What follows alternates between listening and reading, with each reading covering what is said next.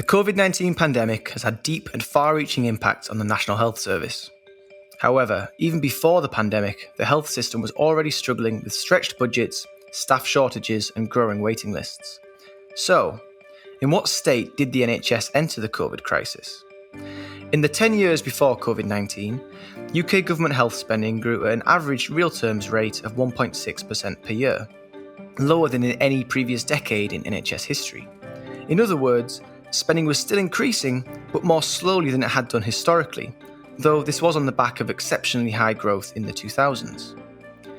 In the UK, total day-to-day health expenditure amounted to just over 10% of national income in 2019, of which around 8% was spent by the government. As this chart shows, this was less than was spent in countries like Sweden, France and Germany, but more than the EU and OECD average. Despite spending about the average, the UK entered the pandemic with fewer hospital resources than many similar countries. In 2019, the UK had 2.5 hospital beds per 1,000 people, far below the OECD average of 4.5 beds per 1,000, and even further below the numbers in countries like Germany and Austria. By international standards, the UK also has relatively few critical care beds and CT scanners. If we look at staffing, the UK is middle of the pack among developed countries for the number of nurses per capita, but has relatively few doctors per capita by international standards. Staff shortages have been a long-standing NHS concern. There were 39,000 nursing vacancies in England going into the pandemic, and the number of GPs has barely changed over the past decade, despite growing demand. This has been acknowledged by the government, who have an ambitious set of new recruitment targets. More generally, the fact that the NHS functions with fewer resources than other health systems could be interpreted as a sign of its efficiency, but this may leave it less resilient to adverse shocks, like a pandemic. Pre-COVID, the NHS was already struggling to keep up with demand for elective care.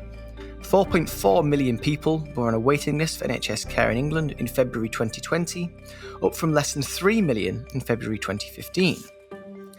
The number waiting more than 18 weeks for treatment more than tripled over that same 5-year period, from 200,000 to 740,000. Accident and emergency performance was also deteriorating pre-pandemic. 83% of patients were seen within 4 hours in February 2020 versus 92% in February 2015.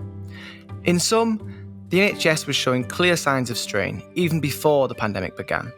Services were under pressure, and the challenges associated with an ageing population already loomed large in the years ahead. And then it was hit by COVID-19, which has added a whole new set of pressures to an already creaking system.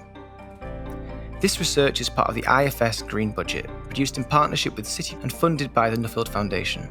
To learn more about the challenges facing the NHS and issues facing the economy more broadly, visit www.ifs.org.uk/greenbudget.